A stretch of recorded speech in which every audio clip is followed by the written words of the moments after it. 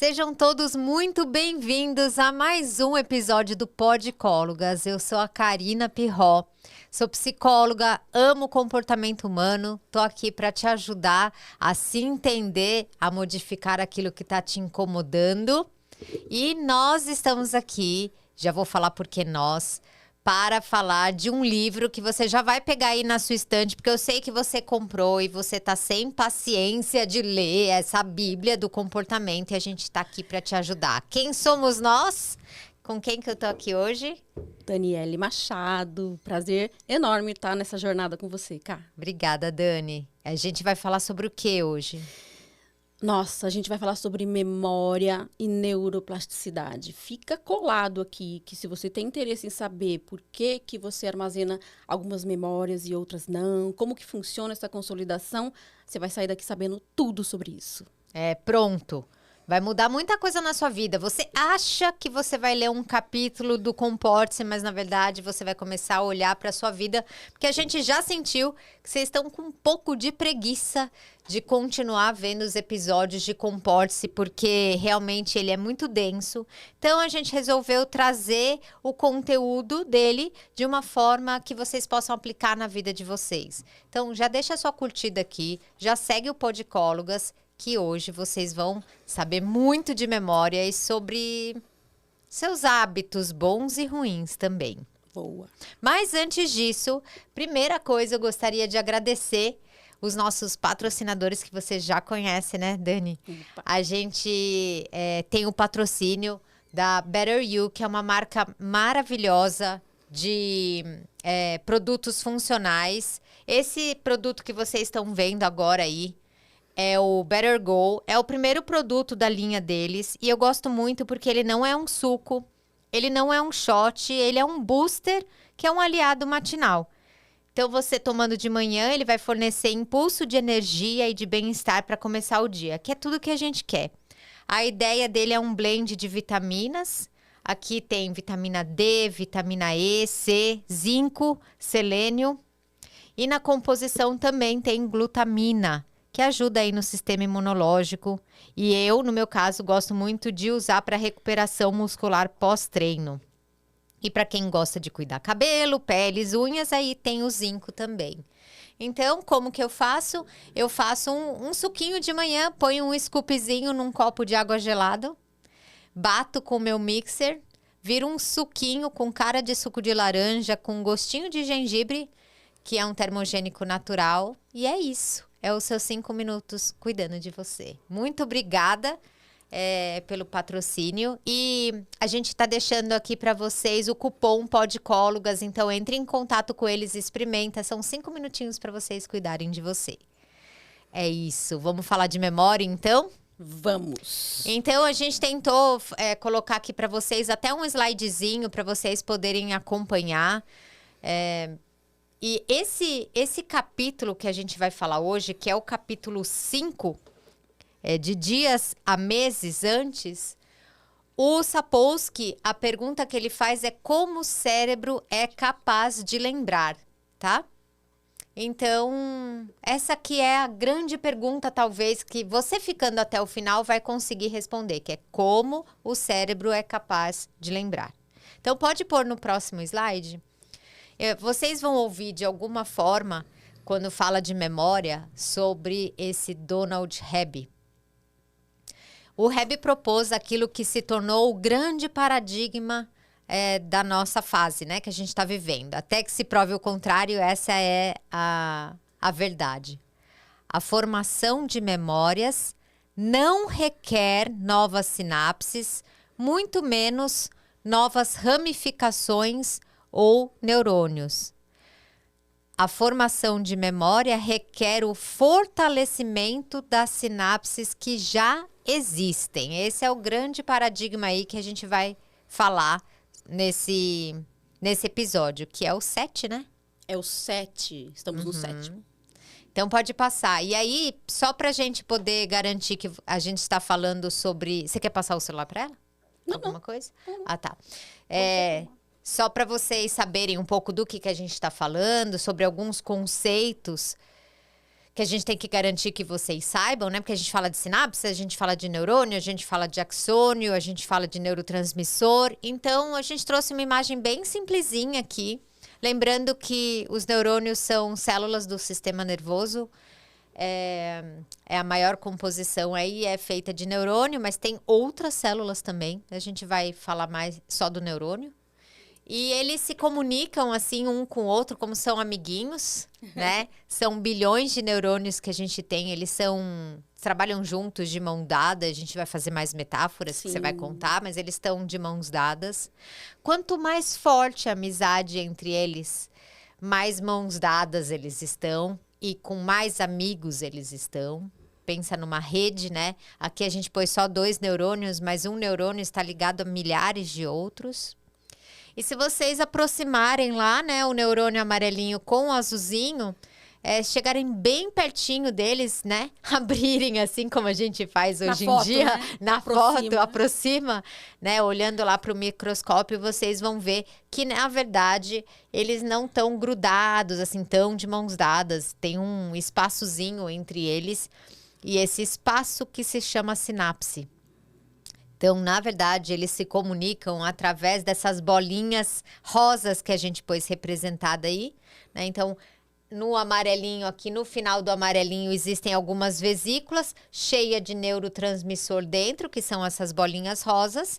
Quando vem um impulso nervoso, que é um impulso elétrico, são liberadas essas bolinhas, ou seja, esses neurotransmissores, que, como vocês vão ver, se encaixam no próximo neurônio, que são os receptores, e aí ativa um sinal elétrico no próximo neurônio, e assim sucessivamente. Então, basicamente, é assim que funciona, só para a gente garantir que está todo mundo sabendo o que é cada parte do neurônio, né? Por enquanto, deixa aí na tela que tá bonitinho esses neurotransmissores dando uma dançadinha, mas a gente vai começar de uma outra forma, né, Dani? Para que a gente consiga entender, né? Para que fique claro. A consolidação da nossa memória, ela vem através dos estímulos, né? A gente precisa perceber as coisas. Então, começando pelos 5 sentidos, né? A gente tem a visão, o olfato, o paladar, o tato. Então, tudo isso é trabalhado dentro do nosso cérebro por grupos diferentes de neurônio. Então, vamos fazer de conta que dentro do nosso cérebro tem uma empresa, e nessa empresa existem setores. Cada setor dessa empresa, vamos colocar que são 5 setores, cada um deles representando um sentido. Então, cada setor desse é responsável por captar um estímulo. Então, existe o grupo que é responsável por captar tudo aquilo que a gente vê, outro grupo por tudo aquilo que a gente ouve, outro grupo por tudo aquilo que a gente sente através do olfato. Então, 5. Tudo aquilo que você vê, sente ou ouve é captado por grupos diferentes, porém, eles trabalham simultaneamente. Para você estar ouvindo aqui o que a gente está falando, existe um grupo de neurônios trabalhando ali para captar o som, outro grupo de neurônios captando a nossa imagem, outro grupo está captando o lugar onde você está, o que você está sentindo, se está calor, se está frio, o cheiro do ambiente. Tudo isso está sendo percebido, tá? Está entrando essa informação para o cérebro e lá ele manda essa informação para ser processada e consolidar uma memória, várias memórias. Isso está acontecendo o tempo todo. O que é interessante aqui para vocês saberem é: quem nunca se perguntou por que é que a gente tem mais facilidade, vamos usar essa palavra, o cérebro tem mais facilidade para registrar momentos ruins, memórias ruins, elas ficam mais cravadas na nossa mente do que as boas, né? Exatamente para te proteger. Vou deixar a Ká falar um pouquinho sobre isso, do porquê que quando a gente passa por um evento traumático, lembrando que trauma não necessariamente é algo catastrófico, caiu um avião, perdi alguém querido da família. Trauma é tudo aquilo que causa em nós um forte impacto emocional. Então, quando você passa por alguma coisa que te impacta e que te ameaça a vida, que teu cérebro identifica que é algo que é perigoso, neste momento, o que vai acontecer com essa empresa com 5 setores? a tua amígdala, lembra que a gente falou da amígdala, que ela é responsável ali por captar perigo, né? E ela vai dizer, reunião imediata, junta todo mundo, os 5 setores, me fala o que você viu, sentiu e ouviu, e é como se o cérebro, nesse momento, fizesse uma fotografia desse evento. Então, por exemplo, se você está passando numa rua escura, todos os dias você volta da tua faculdade e passa na mesma rua. Determinada noite você sofre um assalto num beco escuro. E aí o cara te dá um apertão, te empurra, você cai, se machuca, ele te coloca a arma na cabeça, leva as tuas coisas. Você aí sofreu um forte impacto emocional. Neste momento, o teu cérebro falou, junta tudo o que você sentiu neste momento e registra. Por quê? A qualquer situação semelhante que você possa vir a viver futuramente, a gente já sabe como a gente se comporta. A gente vai correr ou fugir. A gente falou isso no último episódio, né? Por isso que fica super consolidado para sua proteção. Tá? É pro nosso bem. Significa que o teu cérebro está trabalhando a teu favor, né? Então, aí, às vezes, você passa num lugar e vamos supor que você, de alguma forma, não se lembra de algum evento traumático. Ele foi tão forte que teu cérebro faz com que você não se lembre. Mas você pode não se lembrar conscientemente, né, Ká? Mas o teu inconsciente, o teu cérebro tem esse registro. Tá guardado num baú. Guardado para te proteger. Já aconteceu com você, Ká, de você entrar num lugar, às vezes, e falar, nossa, sensação ruim, não sei o que explicar, não, né? E às vezes você tá até com outras pessoas, o ambiente é legal, ninguém percebeu nada, tá tudo bem, mas você sentiu alguma coisa. Não necessariamente é isso, mas é possível que naquele ambiente alguma coisa startou uma memória sua, né, de uma sensação ruim que você teve. Pode ser o cheiro do ambiente, a cor da parede, né, algum rosto que passou por você e você lembrou de algo. Lembrou assim, né, não explicitamente, mas o teu cérebro falou, opa, isso é ameaçador.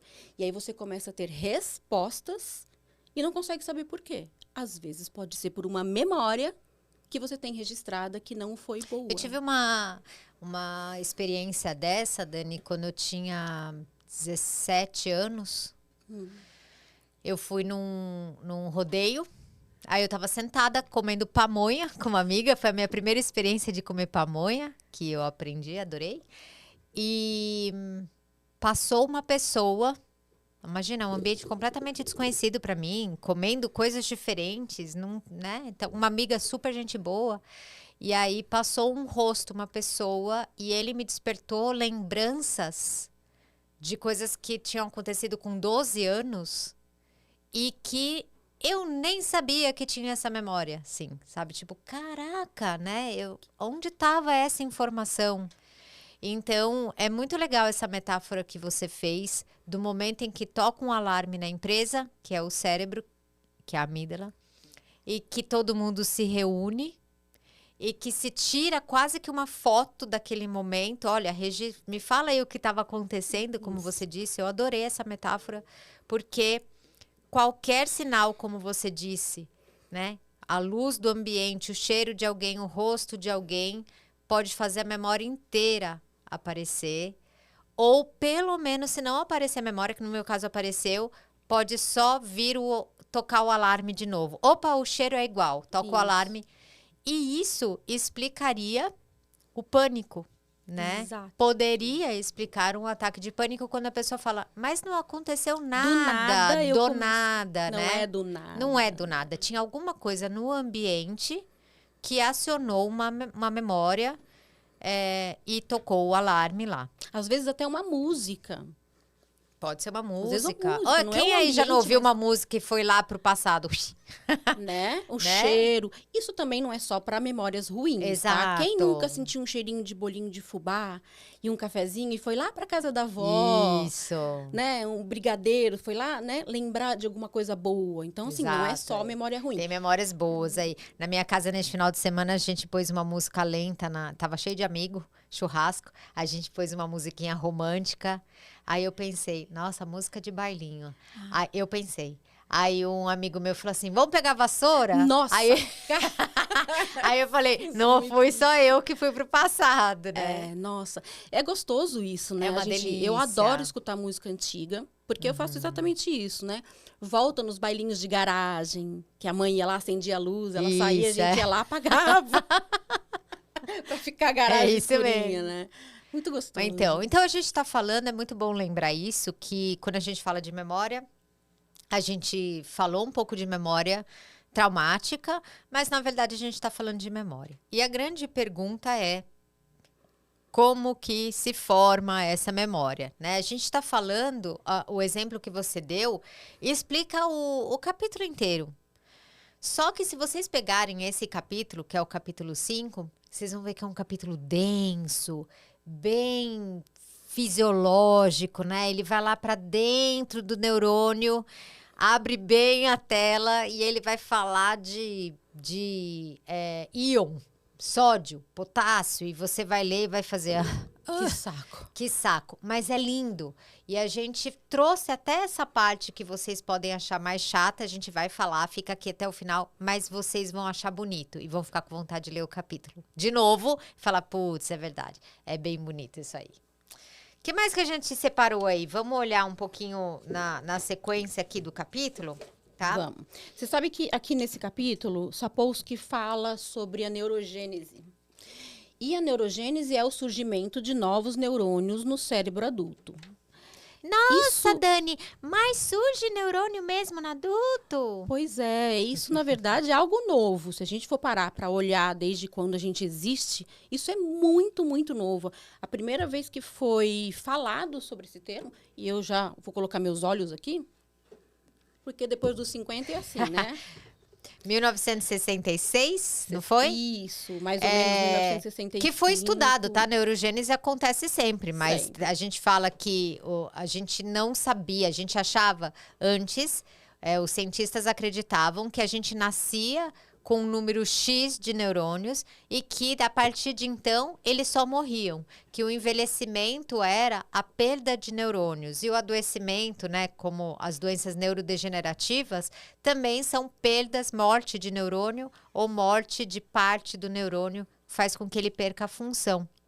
Mas tiveram alguns autores que foram muito bons em criarem formas de ver se de fato existia um nascimento de novos neurônios. Embora eles tenham conseguido provar lá em 1966, é isso mesmo? 1965 foi a primeira evidência da neurogênese adulta, na verdade, mas isso foi muito rechaçado na época. O cara sofreu assim... Sofreu horrores, foi colocado de lado, né? Isso não existe, imagina, isso é um absurdo. Acho que quase 20 anos depois, meados de 1980, né, que foi então comprovado que realmente existe surgimento de novos neurônios no cérebro adulto, sim. E olha, a gente está em 2024, no ano passado eu postei um vídeo falando que existia o nascimento de novos neurônios fazendo atividade física e 2023 eu fui rechaçada também, ouvindo, de onde você tirou que nasce neurônio? Eu falei, vai se atualizar, porque o negócio agora já tá até antigo de saber. E na verdade, assim, a gente tem que se atualizar sempre, né, Cá? Porque é incrível, é incrível. Você sabe de uma coisa hoje, amanhã não é mais, não é mais. E olha que interessante, eu separei para ler aqui, ó. Os neurônios são essenciais para integrar novas informações a esquemas pré-existentes, né? Novos neurônios. O que é chamado de separação de padrão. Olha que legal para quando você quer trabalhar uma memória que não é legal. Você tem uma memória de um evento que te traz tristeza, que te deixa angustiada, que te traz sensação de culpa. E essa memória não vai embora. Ela está lá, grudada, né? Fez um caminho neural, uma trilha neural, fixou no teu cérebro e toda vez que você pensa nisso, você tem esse sentimento. Então, o surgimento de novos neurônios trabalha também no processo da neuroplasticidade, que é a possibilidade de você enxergar algo que você já tinha consolidado como sendo ruim ou passou a consolidar a partir de algum evento e passa a ver diferente. Ele chama isso de separação de padrão, que é quando você aprende que duas coisas que você julgava ser igual são diferentes, na verdade. Ele até coloca focas e leões marinhos e fermento e bicarbonato. Deixa eu dar uma explicação que talvez as pessoas peguem com bastante facilidade, que é o seguinte.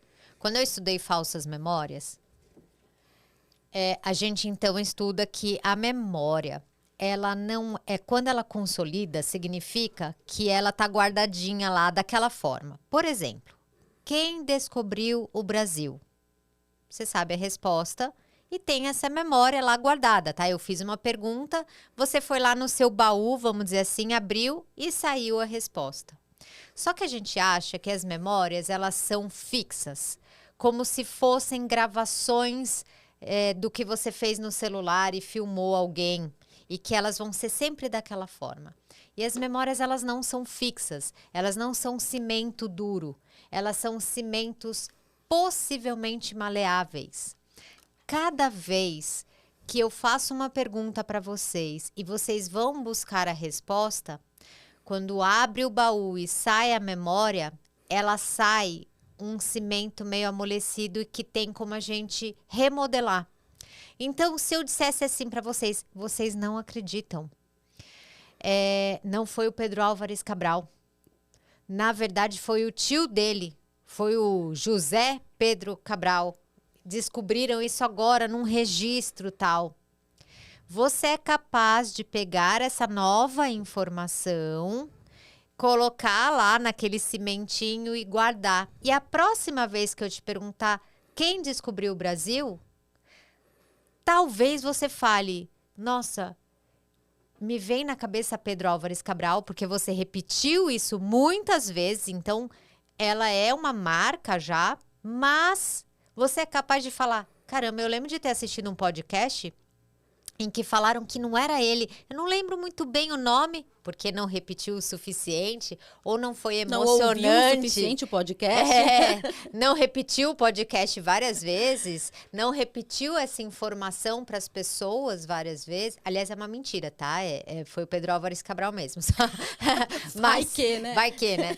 Mas, se ela não for tão emocionante para você aprender, ou se você não ouviu essa mensagem ou repetiu várias vezes, talvez você tenha uma vaga lembrança e fale, nossa, eu lembro que foi alguém da família dele, não lembro o nome. Talvez fique só com essa informação. Ou seja, integramos sim uma nova memória lá, modificamos a antiga, tá? Mas ainda não está tão bem consolidada porque você não treinou o suficiente. Fica com essa palavra. Você não treinou o suficiente ou não foi emocionante o suficiente. Né? Nossa, esse capítulo é tão rico. Isso a gente pode falar isso sobre a neuroplasticidade? A neurogênese. Aliás, neuroplasticidade, já acabei de dar um exemplo, tá? É neuroplasticidade porque eu falei cimento, mas você poderia usar como plástico, né? Você modificou a forma como ele estava guardado. Sabe como que eu gosto de trazer de forma lúdica essa parte? Eu coloco, a gente pode falar disso, sobre essa percepção, essa uma verdade que a gente tem, por exemplo, quem descobriu o Brasil, Pedro Álvares Cabral. Mas se eu perguntar quem é você, o que você vai dizer? Se eu te perguntar qual que é o teu nome, você vai dizer Karina, porque alguém te deu esse nome. E se eu perguntar para você quem é a Karina, você vai dizer aquilo que você entende sobre você. E muitas vezes existe algo chamado identidade pressuposta, que é aquela percepção que a gente tem da gente a partir do olhar do outro. Isso a gente traz lá da infância, tá? Eu vou chegar na neuroplasticidade e vou falar do exemplo da Cá. Vou fazer um link já. Mas o que acontece? Quando a gente é criança, a gente ainda não sabe muito bem quem a gente é. Então, a gente recebe um nome, e aí a gente vai ouvindo, que menina boazinha, ai, como você é inteligente, ai, que menino organizado, que bonitinho, como você, né? Ou não. Ou não. Ou não, né? Então, você atrapalha, tudo que você faz é errado, você é burro. Não sei por que eu te tive. Né? Coisas que você escuta sobre você vão formando uma memória uma percepção de quem você é. Isso também é uma memória. A percepção sobre mim é uma memória de como eu sou. Essa identidade pressuposta, é necessário que, com o passar do tempo, você olhe para ela e pergunte: eu sou isso que disseram sobre mim? É o processo de alteridade, de você olhar para tudo isso e ver o que te representa de fato. E, às vezes, a gente passa uma vida inteira vivendo em cima de uma identidade pressuposta, daquilo que eu ouvi sobre mim. Isso pode ser muito bom, mas isso pode ser muito ruim. Se aquilo que você percebeu sobre você é algo que te limita, é algo que te faz se sentir incapaz, é algo que te faz se sentir sem valor. Então, isso tudo precisa ser visto, precisa ser ressignificado. E aí entra a neuroplasticidade, através de um processo de olhar para isso. Será que foi mesmo Pedro Álvares Cabral? Será que eu sou mesmo um problema? Será que eu sou mesmo incapaz? Será que eu sou mesmo burra? Será que eu sou mesmo terrível? Será, né? E nesse processo eu costumo trazer um exemplo daquele homem, o oleiro que faz o barro. Quando ele vai fazer aquele vaso super bonito, aquele é um barro, né? Cerâmica. Ele fica molinho, né? Esse processo dele ficar molinho é como se fosse a neuroplasticidade do nosso cérebro. É possível que você, colocando mais água, ou seja, fazendo uma inferência de uma informação diferente, seja do seu psicoterapeuta, que vai fazer você repensar sobre: será que você é mesmo assim? Será que você tem mesmo esse comportamento? Por que você tem esse comportamento? Tudo isso é memória. É o que eu penso sobre mim. Eu ativo minha rede de modo padrão, que é aquela rede que é ativada quando a gente pensa sobre a gente mesmo, e coloco nela mais água, coloco nela mais cimento, né? mais movimento, para que aquela memória que estava consolidada, que estava fixada, permanente, possa ser vista de uma forma diferente, eu passe a me enxergar de uma forma diferente. Então, se você tem uma percepção sobre si ruim, não tenha isso como algo fixo, engessado. Olhe para isso, se questione, utilize uma maneira socrática de viver. Pergunte. Será que isso... Que livro que é esse? Você lembra de um livro que fala muito sobre isso? Sobre a maneira socrática ou Não, sobre mentalidade fixa e mentalidade de crescimento, que chama. Eu não lembro se é desse livro, mas tem um livro chamado O Ego é o Seu Pior Inimigo. Não sei se é dele. Eu não li esse livro, mas eu tenho. Não, é a Carol Dweck, tá? Fica uma indicação também para vocês lerem, que é o Mindset. E ela fala exatamente sobre isso, né? Sim. Um grande problema para vocês de sofrimento é quando vocês acreditam que vocês são e não que vocês estão. Então, eu sou burra. Se você fala que você é burra, é uma mentalidade fixa, como se você tivesse nascido assim e não há nada para você fazer, ponto final. Mas se você fala: eu fui mal numa prova, né? Naquela prova eu fui mal, é a prova, não é você.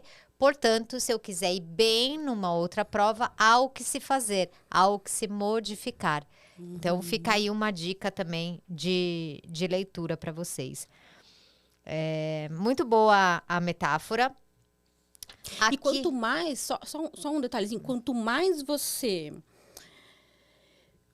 repetir para você um novo padrão de pensamento sobre si, é aquilo que a Ká falou, mais você vai consolidar uma nova forma de se ver. Porque é como se você pegasse uma caneta, né? Hoje em dia ninguém usa mais, mas caneta e folha existe ainda, pega e escreve bem forte uma linha com caneta Bic, você vai ver que você vai marcar a folha. Você vai virar, às vezes ela até faz um rasguinho, você desenha na outra folha. Isso é quando você reforça um comportamento ou um pensamento sobre você ou sobre a vida, enfim, Isso. E vai fazendo esse caminho no teu cérebro. Então, é difícil você mudar um comportamento ou uma maneira de pensar porque está reforçado no teu cérebro. Mas isso não é fixo, isso não é engessado, você pode mudar. Aí você tem que começar a mostrar para o teu cérebro que existe uma outra forma mais adaptativa, menos prejudicial, ou que eu prefira pensar sobre mim ou me comportar, porque hoje é você quem comanda, Uhum. não é aquilo que disseram sobre você, e formar um novo caminho. Aos pouquinhos, aquele vai perdendo a força até que você coloque força em outro comportamento melhor, né? Uhum, exatamente. É aqui na página 151, se vocês quiserem se basear do que a gente está falando em pesquisas, tá? Porque nada do que a gente está falando é opinião, a gente só está colocando de uma forma que vocês entendam que esses conceitos estão aí na nossa vida. Mas tem uma pesquisa que ficou muito famosa com taxistas londrinos, né? Londres é uma cidade muito difícil de dirigir, assim como São Paulo. A gente tá aqui, né? Que eu sou de São Paulo. Você é de São Paulo também, Dani? Eu nasci aqui, mas Nasceu moro em aqui. Campinas. Ah, tá. Mas também Mas deve ser Campinas difícil. também, Campinas é a mini São Paulo, É. né? E aí os taxistas em Londres, hoje existe aí o Waze, GPS e tudo mais, né? Mas até há pouco tempo atrás, vamos dizer assim, os taxistas eles tinham que decorar os caminhos. Você dava um nome da rua, você falasse o bairro, eles chegavam lá. Era Memória impressionante, espacial, né? Era Era. muito memória espacial. E aí, vários taxistas londrinos que passavam por treinamento para decorar os mapas, né? E ficavam dirigindo até decorar mesmo Londres. Depois eles fizeram um antes e depois desses taxistas. E os que estudavam bastante e realmente dirigiam bastante e sabiam muito sobre Londres, eles tinham neurogênese numa área do cérebro chamada hipocampo, que é uma área relacionada também à memória. Então, o que está dizendo essa pesquisa? Que quando você faz muito alguma coisa, você se torna muito bom, até porque existe toda uma estrutura por trás de neurônios, novas ligações neuronais, novos nascimentos de neurônio. O hipocampo era maior, ou seja, nasceu novo neurônio lá. E isso serve para taxista, né, que está aprendendo um novo comportamento, repetiu demais, e serve para você que pode estar fazendo isso para o bem ou para o mal. Então, eu sempre pergunto para os meus pacientes, né, falo e pergunto, tudo que a gente faz muito, a gente se torna bom. Se você jogar muito tênis, você vai ser um bom jogador de tênis. Se você tocar muita bateria, que é o que eu gosto de fazer, você vai se tornar um bom baterista. Mas se você reclamar muito da vida, você vai ter uma parte do seu cérebro muito bom em fazer isso. Inclusive criando os novos neurônios para você ser cada vez pior nisso. Ou melhor, no caso, pior de saúde mental. Então, vale essa pergunta aqui no meio do podcast de você saber o que eu estou fazendo muitas vezes. Estou fofocando muito, estou falando mal da vida dos outros, estou muito tempo no Instagram me comparando aos outros, estou falando mal de mim, falando que eu não sou boa o suficiente, que nada dá certo na minha vida. E aí, por isso que vem esses livros de autoajuda que acabam falando coisas verdadeiras, que você atrai aquilo que você pensa. Gente, não é mágico, não é mágico. É que, na verdade, você repetiu tanto que você se tornou muito boa. E aí vira além de ser uma crença, né? Vira um lema para sua vida. E se você acha que você é ruim e pensa só que você é ruim, você nem se habilita mais para fazer coisas que você poderia descobrir que você é boa. Então, o mundo vai fechando as portas das oportunidades, né? Eu não vou tentar aquela vaga, não é para mim, né? E aí e a outra que fala, eu vou tentar. Eu acho que essa vaga pode ser para mim. Tentou, passou, olha, o universo conspirou. Não, filha, ela teve mais probabilidade de conseguir a vaga do que alguém que nem tentou, né? Sim, então, sim. essa aí tá uma explicação da sua autoajuda que vocês gostam de ler aí. Ou a gente nem precisa ir muito longe. Uma mentira contada várias vezes se torna o quê? Aham. Uma verdade. Sim. Então, às vezes, tudo isso que você está repetindo sobre você não é Isso verdade, mesmo. mas se torna uma verdade. Você, de fato, fica se sentindo incapaz, menos importante, enfim. E tem um número aqui que eu lembro de ter lido isso aqui num livro há muitos anos atrás. Não vou lembrar o nome do livro. Que é desse autor Malcolm Gladwell. Que ele explorou a quantidade de tempo que a gente precisa para se tornar habilidoso naquilo que a gente quer fazer. Então, para você se tornar... Ele deu um número, assim, ele achou um número baseado em pesquisa. Então, quando você quer ser um bom baterista, ou um bom psicólogo, ou um bom naquilo que você quiser, você precisa, para se tornar bem habilidoso mesmo, 10 mil horas de prática. 10 mil horas estudando filosofia, você fica bom filósofo. 10 mil horas estudando matemática, você fica bom em raciocínio lógico. 10 mil horas falando inglês, você se torna bom em falar inglês. 10 mil horas reclamando da sua vida, você se torna muito bom depressivo.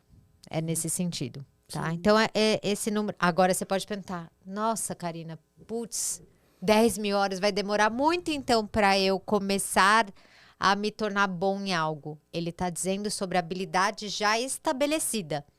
Mas você se torna bom na medida em que você começa a praticar. Então, se hoje você fizer algo, como uma musculação, você pode depois fazer essa analogia. Se você fizer uma musculação, literalmente hoje, amanhã você não vai ter resultado, mas você está começando a fortalecer os seus neurônios, suas fibras nervosas para responderem a esse processo. Então, quando que você começa a ficar bom? Com 10 mil horas? Não, quando você decide fazer e faz. Porque naquele momento, você está disparando neurônios para fazerem aquilo que você quer futuramente, né? E a gente pode ajudar o nosso cérebro a trabalhar a nosso favor. Né? A gente pode fazer isso. É uma questão de escolha. Uhum. E eu lembro você falando agora, né? Ah, mas vai demorar muito. Eu lembro de uma frase de um médico, uma vez, na época que eu ainda trabalhava como enfermeira, ele falou, antes tarde do que tarde demais. Boa. Então, comece, não importa a idade que você tem. Eu estou começando a fazer uma reeducação alimentar e atividade física, porque eu estou com sobrepeso, e aí ganhei de brinde uma diabetes, uma hipertensão, além da menopausa. Então, eu estou fazendo um processo de reeducação e, assim, é difícil você começar um hábito novo, gente. Não é fácil. Eu sei que não é fácil. Mas se eu não começar, o meu cérebro vai continuar achando que é difícil. Eu preciso mostrar para ele que é possível. E é como a Ká falou. Você começa uma atividade física hoje, ela não vai fazer efeito amanhã. Amanhã, aliás, vai estar péssimo, vai doer. Você vai ficar... Né? Não vai ser bom. Vai ser bom se você persistir. Então, uma mudança de comportamento requer constância, perseverança e força de vontade. Muita força de vontade. Muito treino, muito treino. Treino. Quando você pensa sobre algo e você quer mudar esse pensamento, é como se você estivesse indo para a academia treinar os músculos. Quando você treina um pensamento novo sobre algo que você tem fixo, sobre você, ou sobre o mundo, ou sobre uma situação, ou sobre, né, algo que seja um pensamento, quando você trabalha esse pensamento por uma outra ótica, quando você olha para essa história e tenta olhar de uma forma diferente, esse processo da neuroplasticidade é a sua atividade física cerebral. Você está colocando ali o teu cérebro para fortalecer novos pensamentos, ou pensamentos que você já tem, que são bons, porque não necessariamente a gente só tem pensamentos ruins. Às vezes você tem um pensamento muito legal sobre você, você é uma pessoa autoconfiante, então você reforça isso. Então, quanto mais você reforçar um pensamento para o bem ou para o mal, mais você vai se tornar bom nisso. E agora, eu vou ler literalmente um pedacinho do capítulo na página 150, porque pode ser uma nova informação para você. E se for uma nova informação, já vamos fazer uma neuroplasticidade sináptica aí. Então, já vimos como em adultos a experiência, ou seja, o treino, é capaz de alterar o número de sinapses e de ramificações dendríticas, ou seja, como a experiência, o treino faz com que os neurônios eles se tornem mais amigos, tá? Fiquem mais próximos e disparem mais juntos. Enfim, mas o que eu quero falar aqui? Juntos, esses efeitos podem ser significativos o suficiente para, de fato, mudar até o tamanho da região do seu cérebro, como a gente falou dos taxistas londrinos. Por exemplo, o tratamento pós-menopausa com estrogênio, que é um hormônio, aumenta o tamanho do hipocampo. De modo inverso, olha só agora isso, o hipocampo se atrofia, ou seja, a morte neuronal, causando até problemas cognitivos, durante a depressão prolongada, talvez refletindo um estado de estresse permanente e os níveis em geral altos, como a gente disse no podcast passado, de glicocorticoides atrelados à doença. Então, a gente pode tanto aumentar o número de ligações sinápticas, aumentar o número de neurônios, dependendo da experiência, ou até, como ele está dizendo aqui, até um hormônio é capaz de fazer isso. Eu vou dizer mais, até um antidepressivo. Antidepressivo é capaz de fazer neurogênese, tá? Aliás, esse é um dos motivos que está se acreditando que as pessoas têm melhora da depressão, porque ela faz neurogênese, novos neurônios, né?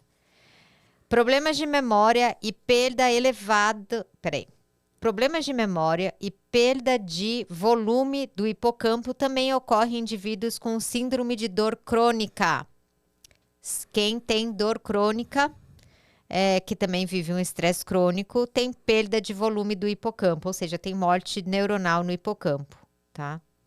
Então, é uma informação que eu queria ter lido com vocês, mas tem uma parte meio chatinha, que vocês vão falar que é chatinha, mas que talvez vocês gostem e eu vou contar para vocês. Põe a próxima imagem, por favor. Então, o que a gente está falando até agora, tá? Que o cérebro, ele tem, como vocês sabem, bilhões de neurônios. Os neurônios, que são essas células, se comunicam por sinapses, que é aquela aproximação. Um único neurônio, ele pode ter milhares de sinapses, se você usar bastante ele. Com outros neurônios, juntos eles formam uma rede e essas conexões podem mudar com o tempo, como a gente disse. A frase principal aqui é use ou perca. Se você usar, você vai ter muito, se você não usar, você vai perder. Aí pode ir para a próxima. Sinapses são as sinapses que são usadas com frequência, ou seja, se você for fazer uma aula de tênis e ficar sacando, as sinapses que são usadas com frequência vão ser fortalecidas. Quando você vê, tem uma hora que você pega a raquete e já sabe sacar. E as que não são usadas, então uma coisa que você fazia na infância que você hoje não faz mais, são eliminadas. A força de uma sinapse é medida pelo nível de excitação ou de capacidade de resposta do neurônio pós-sináptico. Aí você fez assim na sua casa agora, tipo... E agora? Que é isso? Que é isso, né? Mas o que ele quer dizer, de uma forma simples, é assim... quando você começa... Vamos supor que você dirija. Não sei se todo mundo dirige aqui, mas... Ou andou de bicicleta, tá? Quando você começou a aprender, foi muito difícil. Você tinha que prestar atenção no seu equilíbrio, no pedal, se você ia bater na parede, como que segurava no guidão, enfim. Era muito exaustivo para você fazer. Então, vamos dizer que esses neurônios, né, você estava treinando pôr o pé no pedal, né, e ter equilíbrio. Então, tudo isso junto era muito complicado de fazer, assim. Precisava de a gente fala de como chama? Potenciação de ação, né? Você precisava de um estímulo elétrico do neurônio, assim, muito forte para você conseguir fazer as coisas, tá? Esse que é o desgaste. Um desgaste energético até, É um desgaste energético, você precisa de muita energia para aquilo acontecer. Hoje que você aprendeu, você pode, né? Você aprendeu, você fez aquilo repetidas vezes, seu cérebro, né? Todo mundo lá da indústria que a Dani tá falou, meio no automático. Tá todo mundo sabendo. Pessoal, vamos andar de bicicleta? Já todo mundo sabe, o cérebro já sabe, tá tudo certo. Você sobe na bicicleta, sai andando. Por que você sai andando? Porque hoje em dia, você não tem mais esse gasto energético. Basta um pequeno estímulo, né? E o seu corpo já sai fazendo. é nesse sentido que ele fala que a força de uma sinapse é medida pelo nível de excitabilidade. Ou seja, o neurônio, ele consegue se excitar e acordar com o mínimo de esforço, tá? E o outro neurônio, pós-sináptico, também com um mínimo de aviso, ela vai andar de bicicleta, ele já sabe o que fazer, né? Não precisa falar, lembra, você tem que pôr o pé no pedal e depois não sei o quê. Não precisa de tudo isso de informação, basta falar, ela vai andar de bicicleta, os neurônios já, uhul, né? Então, o neurônio pós-sináptico, ele tem uma capacidade de resposta muito mais rápida. Acho que, basicamente, essa é a informação do capítulo, né? Sim. Isso não é sobre bicicletas e nem sobre dirigir. Se você pensa alguma coisa a seu respeito, vamos falar de memória, comportamento, né? Hábitos que a gente vai falar daqui a pouquinho, já também. Onde a gente vai falar, Dani? A gente vai falar no radar analítico. Daqui a pouquinho eu vou estar com essa peça maravilhosa, rara, esse diamante bruto aqui, lindo. A gente vai falar de hábitos, vai falar sobre né? hábitos. Espera um pouquinho que a gente chega lá. Agora, se você tem, por exemplo, esta mesma percepção do andar de bicicleta e virou automático sobre algo a seu respeito que te traz um prejuízo, toda vez que você for pensar sobre isso, automaticamente o teu cérebro vai naquela informação negativa sobre você e você fica ali. Por que que é difícil mudar a forma como eu penso sobre mim, ou a forma como eu penso sobre o mundo, ou um comportamento que me limita ou que é desadaptativo? É porque gasta energia para você mudar isso. É como a Ká falou. Então, se é um novo pensamento, se é um novo comportamento, eu tenho que desprender a mesma energia, o mesmo foco e a mesma intensidade quando eu estava aprendendo a andar de bicicleta. Então, eu fiz aquilo várias vezes. Eu caí e eu levantei. Eu fui lá e eu passei primeira, segunda. Exato. Eu na ladeira, eu morreu o carro e eu tive que subir de novo. Mudar um comportamento não é assim.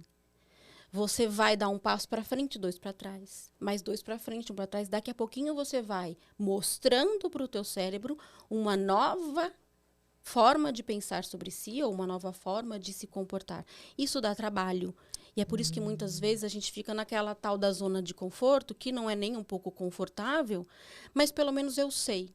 Tá ruim, mas tá bom. Porque sair daqui dá trabalho. Desprende energia. Eu preciso olhar para isso. E quando eu olho para esse comportamento, eu me deparo com sentimentos ruins. Eu me comporto assim porque eu penso assado sobre mim. Eu não consigo prosperar. Por que tanta gente vai, acontece, dá certo e eu estou sempre aqui? Será que você tem uma crença sobre si de que não é para você? De que você não merece? De que você não pode? De que você não consegue? Então, se questione. E olhar para isso dói. Porque você olha e fala, poxa, eu não gosto do que eu vejo. Eu recebi uma mensagem ontem no meu direct de um rapaz que me segue, que mais ou menos há 2 meses, ele assistiu o podcast meu e falou, Ká, depois do seu podcast, eu tô 2 semanas, ele falou, sem o meu vício. Eu li, você postou, não foi? Um print? Na época, isso, exato. Então, o que aconteceu? Ele não treinou para parar o vício. Mas o que aconteceu é que ele ouviu alguma coisa que fez muito sentido, foi muito forte, né? Então, disparou aí uma energia no neurônio muito forte que foi capaz dele olhar para a situação de um outro jeito e decidir mudar o hábito, né? O vício dele. E ele falou, faz 2 semanas que eu tô sem o meu vício. Ontem, ele me escreveu de novo. Falou, você lembra de mim? Aí eu falei, claro que eu lembro. Aí ele falou, eu tô pensando em desistir de tudo, porque eu voltei no meu vício, né? É isso. Quando a gente tem um comportamento, um hábito, vamos dizer, que ele tá muito enraizado, como quem descobriu o Brasil já é Pedro Álvares Cabral, tá muito grudado na sua mente, para mudar, gasta muita energia. E o que eu respondi para ele foi, tudo bem, a gente começa de novo. Porque, como a Dani tá falando, e eu tô pegando um exemplo real, a gente vai deslizar muitas vezes. tá? Se você quer mudar seu hábito alimentar, você quer mudar, ser mais ativa, você quer estudar mais, você quer o que você quiser fazer, que hoje tá difícil de fazer porque não é seu hábito, vai ser difícil de mudar, mas não é impossível se você não desistir, tá? Parece uma frase boba, mas não é, tá? Para esse menino, eu falei, ok, agora a gente muda a estratégia. E a gente já tá pensando numa nova estratégia para ele tentar de novo, né? E é isso, tá? Eu quero só passar o último slide, porque eu quero mostrar isso para vocês, tá? Talvez você olhe e super se assuste. Porque metade do capítulo, na verdade, é sobre esse desenho, que é a aproximação mesmo dos dois neurônios e da sinapse. Eu vou tentar fazer de um jeito bem simples, mas só para ter alguém aí que leu o capítulo e falou, caraca, vocês não falaram nada disso. Então, eu vou falar bem rapidamente para dizer para vocês que quando a gente está aprendendo algo novo, e serve para você que tem esse vício, serve para você que quer mudar de hábito alimentar e tudo mais, os seus neurônios, eles não sabem fazer diferente ainda, eles vão fazer sempre igual. Então, para ter uma nova memória, você vai precisar fazer alguns esforços.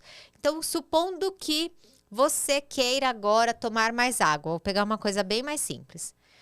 A gente vai falar disso no podcast dela, como que você cria um hábito, mas vamos supor que eu vou deixar um copo de água sempre na minha frente para eu olhar para ele e lembrar que eu tenho que tomar, tá? Posso pôr um relógio para despertar também. Meu relógio despertou, eu olho para a água, tomo água. Meu relógio despertou, eu vou para a água e tomo água, tá?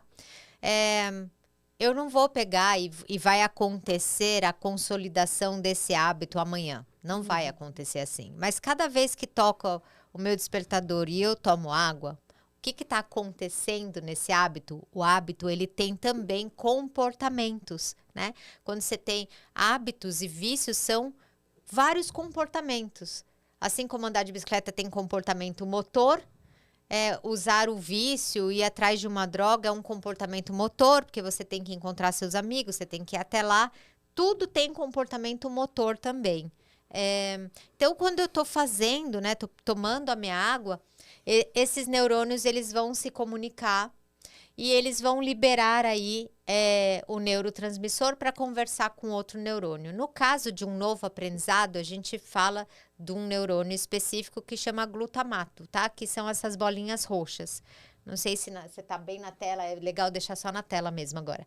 E aí, a gente tem no outro neurônio, né, no neurônio pós-sináptico, a gente tem essas portinhas de entrada que são receptores, né?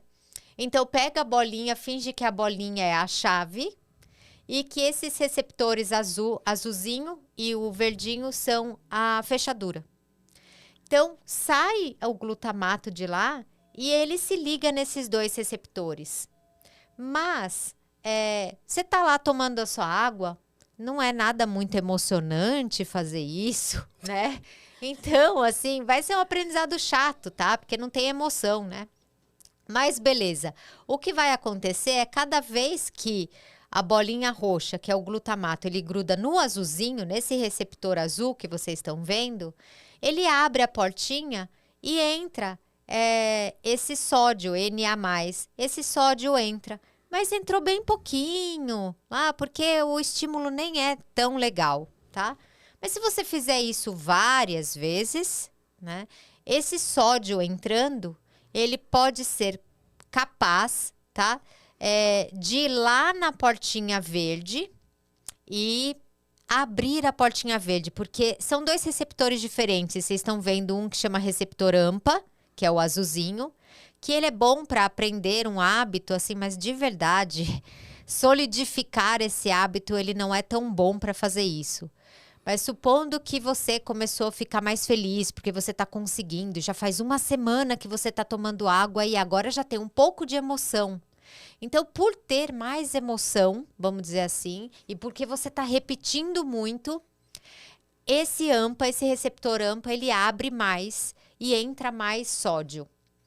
Entrando mais sódio, esse sódio vai lá na portinha verde e consegue abrir a portinha verde, tá? Que estava fechada porque tinha um segurança na porta, que é esse magnésio aí, Mg2. Esse magnésio é chato de sair. Mas, como entrou muito sódio, ele foi lá e falou, sai daí, pode deixar a porta aberta agora, porque eu acho que agora, dessa vez, ela vai dar certo. E aí, a hora que sai o magnésio e abriu a portinha verde, que é o receptor NMDA, que vocês estão vendo, aí sim, podem entrar, além de sódio também na portinha verde, entra o que é mais importante, o cálcio, tá? O cálcio entra no novo neurônio. E eu não vou me estender muito nesse sentido, mas esse cálcio, quando entra, aí ele faz uma grande mudança. Ele chega no neurônio lá e fala assim, galera, meu Deus, ela tá tomando água mesmo. Eu tô achando que ela vai fazer isso para sempre. E aí, até o núcleo, né, do neurônio fala assim, poxa, então vamos produzir mais portinha, vamos produzir mais receptores, então vamos deixar a porta aberta aqui, porque ela tá demais. E passado o tempo, é o tempo que a gente precisa ter constância, aí você não vai ter só, né, um receptorzinho azul e um receptorzinho verdinho, vão ter vários deles. O que significa que quando você acordar, a sua mente já vai começar a falar, não esquece da água, tá? E já vai estar mais natural, tem muita porta aberta, os avisos já estão muito naturais de vir. E os receptores, né, e o neurônio pós-sináptico, ele também tá super aberto para, caramba, ela realmente está tomando água, nem precisa gritar agora comigo, porque só de você falar, eu já abro a porta e ela pode tomar água. É a mesma coisa do contrário, o vício, por exemplo. A fissura, o que que é? É o teu cérebro pedindo mais. Isso. A comfort food, né? Você comer por compulsão ali, por querer o prazer. Então, aquilo que você faz várias vezes, o teu cérebro tende a... Oba, vamos pôr mais receptor, porque Exatamente. agora, né, a gente gostou desse hábito aí. Quando ele gosta de um hábito, ele faz facinho isso daí, né? E o duro é que, assim, beber água, praticar atividade física ou mudar uma alimentação, né, são hábitos que, quando você muda a princípio, não é legal. Pode voltar aqui a tela pra Né? gente. Você não é legal você, tipo, trocar quem tá acostumado a comer uma comida Super palatável, né? tava procurando essa palavra. E de repente começar a comer alface, né, com uma carne magra, o teu paladar não vai gostar. Não vai ser uma coisa que vai abrir várias outras portinhas para que você queira mais alface. Como é que tá os receptores do açúcar, assim? Cadê o açúcar? Cadê pelo amor o de açúcar? Deus, Né? Agora, o alface, beber água, praticar atividade física, tá tudo lá quietinho. Por quê? Porque ainda não viu vantagem. O teu corpo Isso. ainda não descobriu a vantagem de beber líquido, de comer bem, de controlar o uso de substâncias tóxicas, aquele pilar da medicina do estilo de vida.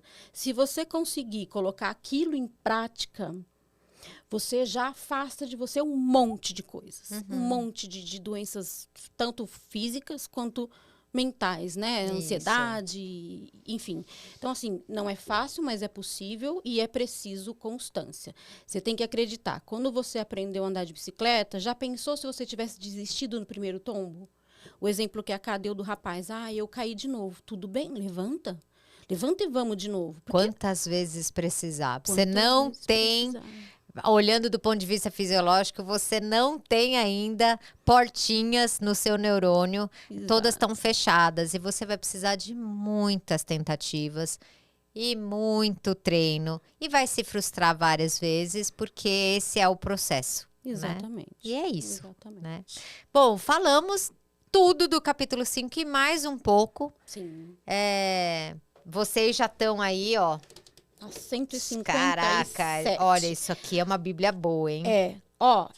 Ler aqui com a gente é muito mais gostoso, por quê? Porque como a Ká fala sempre, e de verdade quando a gente lê, às vezes eu ligo pra Ká, ou a gente conversa durante a semana e eu falo, o que ele tá falando aí? O que ele tá falando? Olha isso aqui, você olha esse negócio, você já fala, eu vou sair correndo, né? E aí o que a gente faz? A gente traz isso pro dia a dia. Tipo, o que é que eu vou fazer com esta compreensão? Quando a gente consegue compreender. Então, a gente vai lá, estuda, a gente vai em outros lugares, pesquisa também e faz um resumão do que essa post está querendo falar aqui, né? É tipo uma tecla SAP do Isso, Comporte-se, exatamente. para que você coloque isso em prática, para que isso tenha uma utilidade no teu dia a dia. Ah, eu vou ler isso aqui para quê? Porque muito disso daqui vai te ajudar a mudar comportamentos que você não gosta de ter, pensamentos sobre si, sobre a vida, sobre os outros, que você não gosta de ter. Isso aqui tudo vai te trazer um equilíbrio e uma possibilidade de você melhorar e ter mais qualidade de vida. É isso mesmo. E vai responder todas as suas perguntas no meu direct do tipo, como que você faz para ler? Como que eu posso me tornar mais inteligente? Como que você faz treinos e consegue ir para academia mesmo sua vida sendo lotada? Eu também faço essa pergunta, tá? Desculpa. Como é que Ela vai fazer no podcast dela, eu vou responder. Então, aqui é a biologia humana em nosso melhor e também no nosso pior. Então é isso, galera. Até o próximo Comporte-se, que agora a gente vai gravar o podcast dela. Vamos embora. Vai pra lá porque a gente vai falar de hábito, então. Já coloca aí, Radar Analítico. Tá nascendo, é um bebezinho ainda, um podcast novo, mas vai vir trazendo muitas coisas sobre também psicologia, mente, comportamento. E a Ká hoje é a minha convidada de honra. Eba. Até daqui a pouco. Beijo, ó. Deixa sua curtida aqui, meu. A gente tá lendo isso aqui com vocês.